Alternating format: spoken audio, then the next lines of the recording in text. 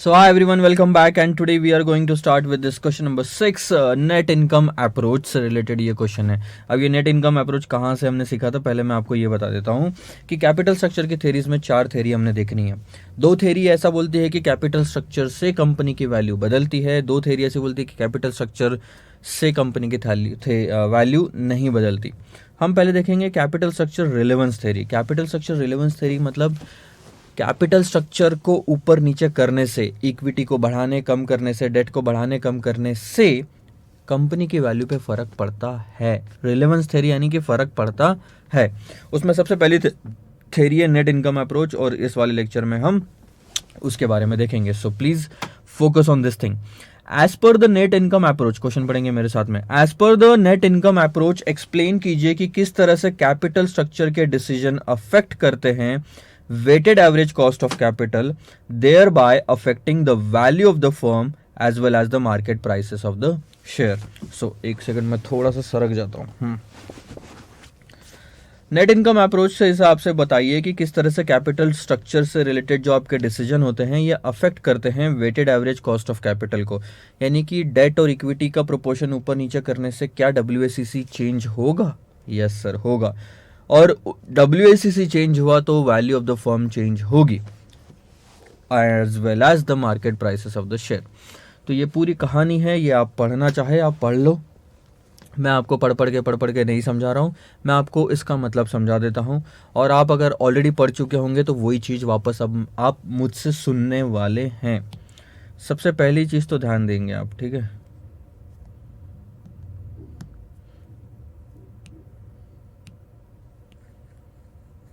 ये सब हटाएं अभी हम पहले।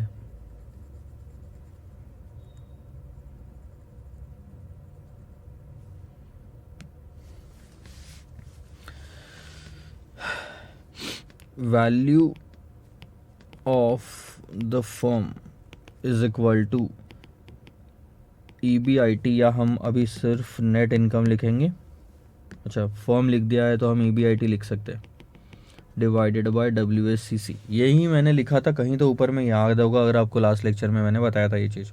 सो फर्म की value is equal to EBIT divided by WACC। ये आप मानते हैं?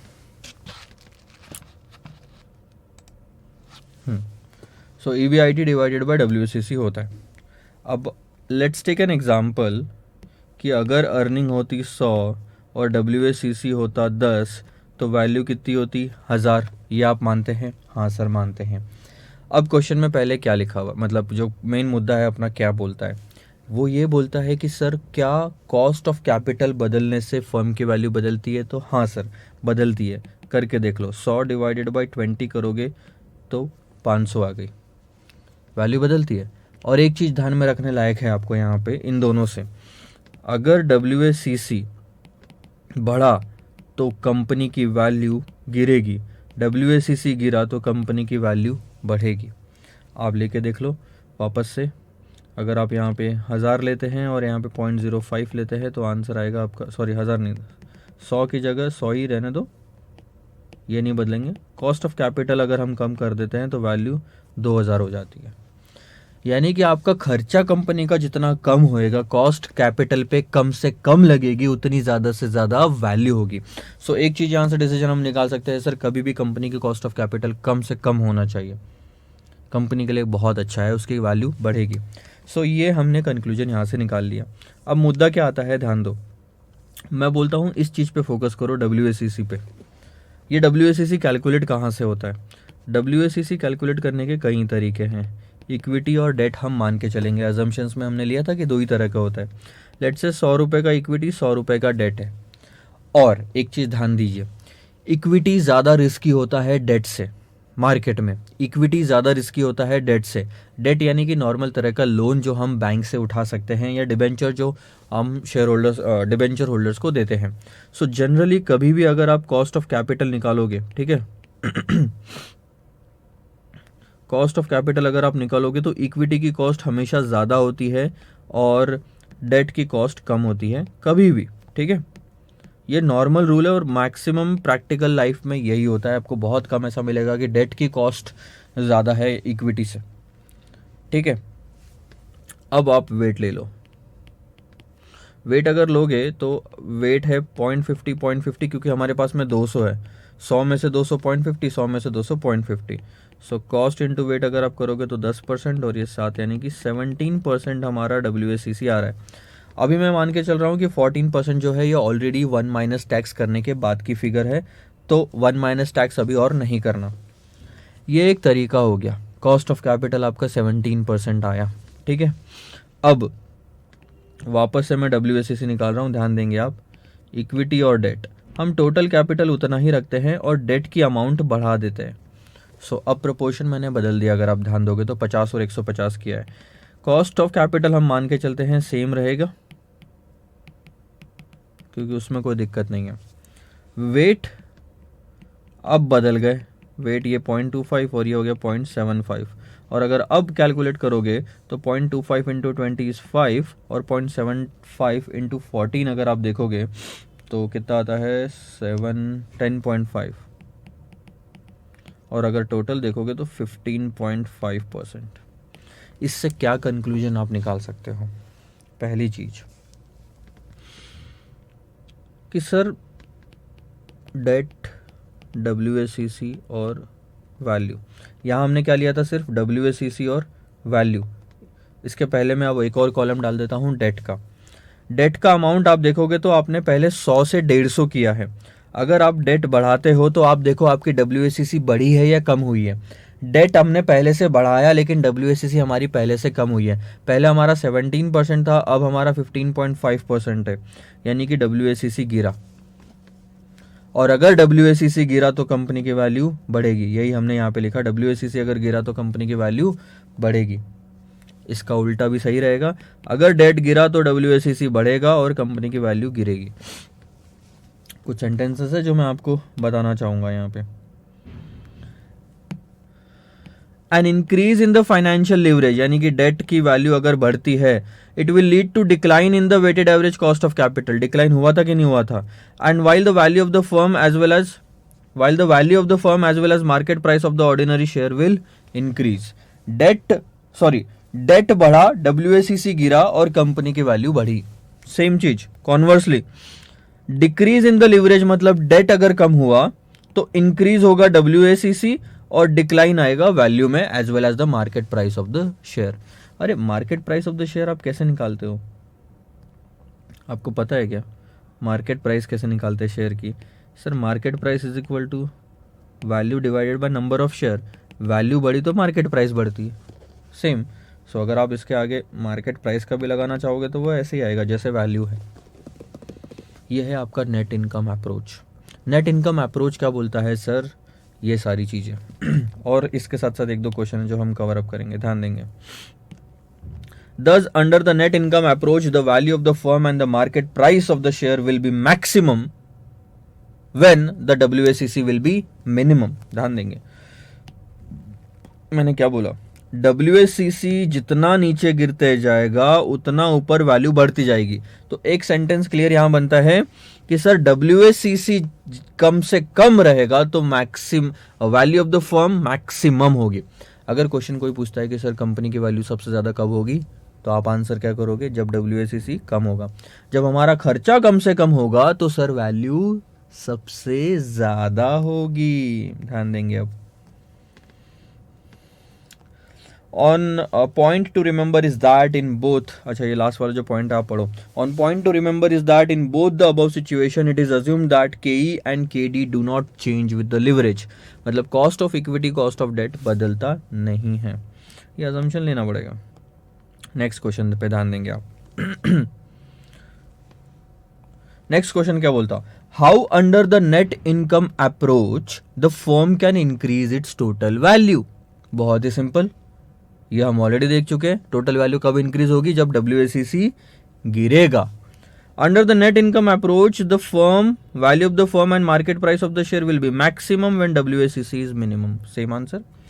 According to this approach firm increase कर सकती है उसकी total value by decreasing its overall cost of capital. Same मतलब है, आपके इंस्टीट्यूट में ऐसे दिया दो बार। To achieve the highest market price of the share and highest value of the firm total और maximum possible debt financing should be done. अब एक चीज ध्यान दो, ये तीसरा पॉइंट क्या बोलता है? उल्टा आ रहे हैं हम, ठीक है।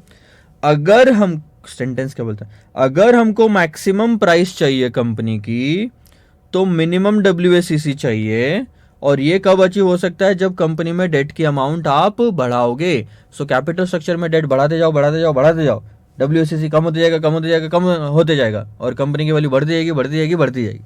आ रही बात आपको समझ में? The significant conclusion of this approach is that it pleads for the firm to employ as much debt as possible to maximize its value. Overall सिर्फ तीन चीज़ें इसमें पूरे सेंटेंस में लिखी हुई है। वैल्यू ऑफ द फर्म तब बढ़ती है जब डब्ल्यू कम होता है, डब्ल्यू कम होता है जब डेट बढ़ता है। नेक्स्ट क्वेश्चन पे ध्यान देंगे। How do we calculate the value of the firm on the basis of net income approach. Net income approach में अब फॉर्मूला क्या है फर्म की वैल्यू निकालने का? सर बहुत ही simple, total value of the equity plus total value of the debt. आप उसको ई प्लस डी भी लिखे, कोई दिक्कत नहीं, समझना चाहिए, आपके सिलेबस में एस लिखा है। सो टोटल मार्केट वैल्यू जो है इक्विटी की और डेट की अगर आप टोटल कर लो तो वो बन जाएगी फर्म की वैल्यू। ध्यान देंगे ये सिर्फ इक्विटी की वैल्यू नहीं, ये है फर्म की वैल्यू। सो फर्म की total value net income approach से कैसे निकालना है? बहुत ही सिंपल, इक्विटी की मार्केट वैल्यू डेट की मार्केट वैल्यू का टोटल। और अब आपको इसके अंदर में ध्यान दो, अगर मैं आपको ये बोलता हूँ कि value of the firm is equal to E plus D, तो ई कैसे निकालोगे? ई निकालने का तरीका ये रहा, market value of the equity is equal to net income, और ये नेट इनकम कौन सा होगा? जो इक्विटी वालों के लिए अप्लीकेबल है, यानी कि earning after tax and preference dividend divided by cost of equity. जैसे ही अर्निंग डिवाइडेड बाय कॉस्ट करोगे तो आपको वैल्यू मिलेगी, और ये हम ऑलरेडी देख चुके हैं पिछले वाले लेक्चर में, अगर आपको याद होगा तो मैं आपको यहाँ पे बताता हूँ। ये देखो, ये वाला part, earning divided by cost करोगे तो आपको कैपिटल मिलेगा, यानी कि वैल्यू मिलेगी।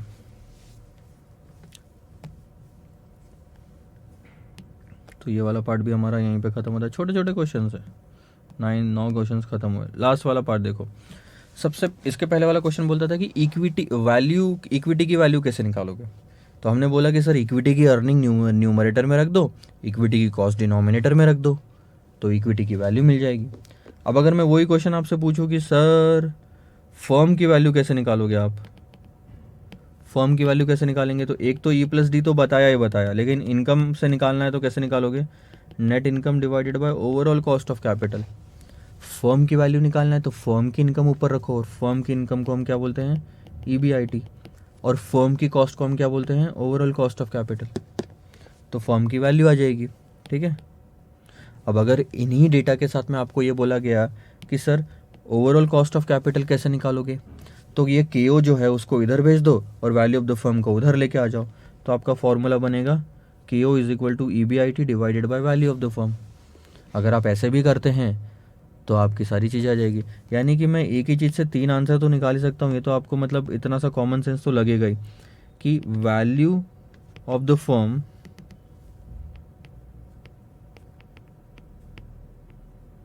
Is equal to cost earning before interest and tax divided by cost of capital, या फिर कॉस्ट ऑफ कैपिटल भी निकालनी है तो EBIT divided by value of the firm, या फिर आपको ईबीआईटी भी निकालना है तो अरे अब ये पेंसिल नहीं चल रही है, आपको 2 मिनट रुकना पड़ेगा।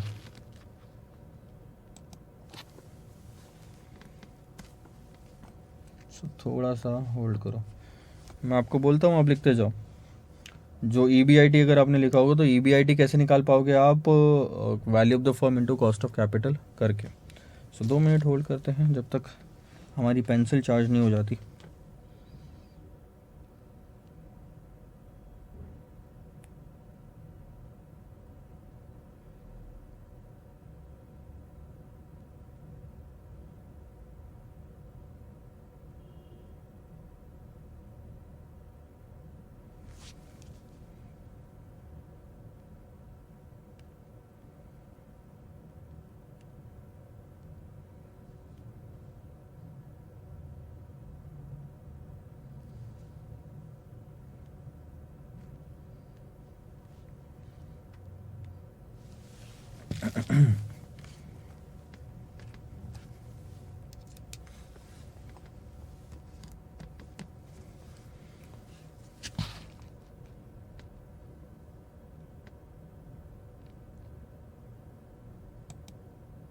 ध्यान देंगे।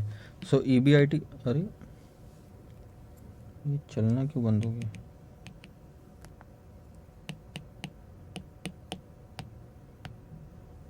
सो EBIT इज इक्वल टू,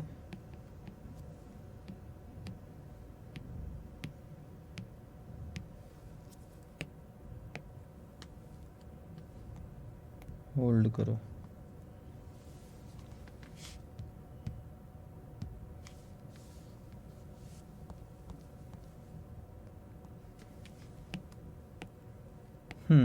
ये तो चल ही नहीं रहा है।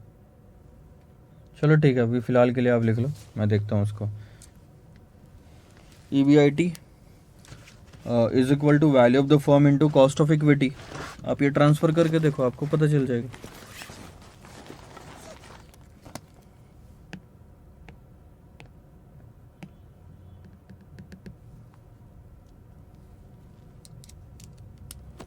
वैसे तो चल रहा था। चलो ठीक है, EBIT is equal to value of the firm into cost of equity, ये आप लिख लो। आगे बढ़ते हैं।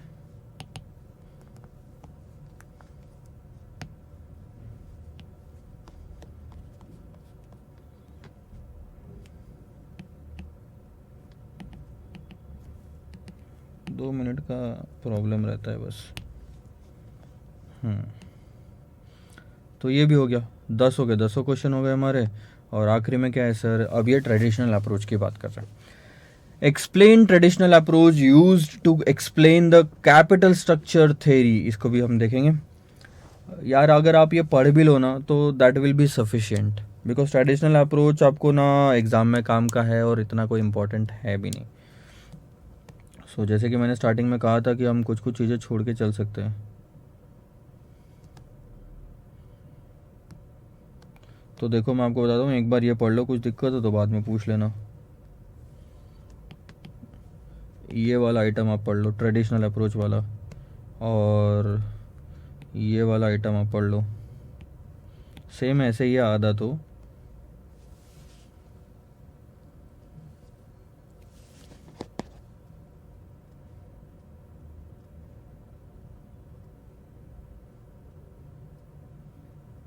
ये भी नॉर्मल है, ये आप पढ़ लो। ये अभी मत पढ़ना, मैं आपको क्या बता रहा हूँ, ये वाला जो क्वेश्चन है, क्वेश्चन नंबर 12, ये इसलिए रेड मार्क इन्होंने यहाँ पे किया हुआ है कि नेट ऑपरेटिंग इनकम और मॉडिग्लानी मिलर ये सब होने के बाद में ये क्वेश्चन पढ़ना बहुत इजी है। इसमें मतलब जो चारों में हमने देखा उसकी एक तरह से समरी लिखी हुई है। Explain the treatment of capital structure decision under different approaches use to explain the capital structure theory. एक ही चीज़ लिखी है इसके अंदर में कि कुछ थेरीज ऐसा बोलती है कि वैल्यू कंपनी के बदलती है और कुछ थेरी बोलती है कि वैल्यू कंपनी की नहीं बदलती। इसी बारे में सारी के सारी जानकारी है। सो यहाँ तक मैं हो गया ऐसा मान के चलता हूँ। नेक्स्ट वाला क्वेश्चन जो आएगा, नेक्स्ट वाला जो लेक्चर आएगा उसमें हम दो चीज़ें डिस्कस करेंगे, नेट ऑपरेटिंग इनकम अप्रोच और मॉडिग्लानी मिलर अप्रोच।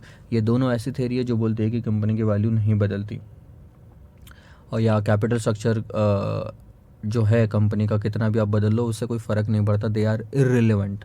सो किस तरह से इर्रिलेवेंट है, वैल्यू ऑफ द फर्म किस तरह से नहीं बदलती, ये हम देखेंगे अगले वाले लेक्चर में जब हम ये दोनों टॉपिक्स डिस्कस करेंगे। फिलहाल के लिए बाय बाय।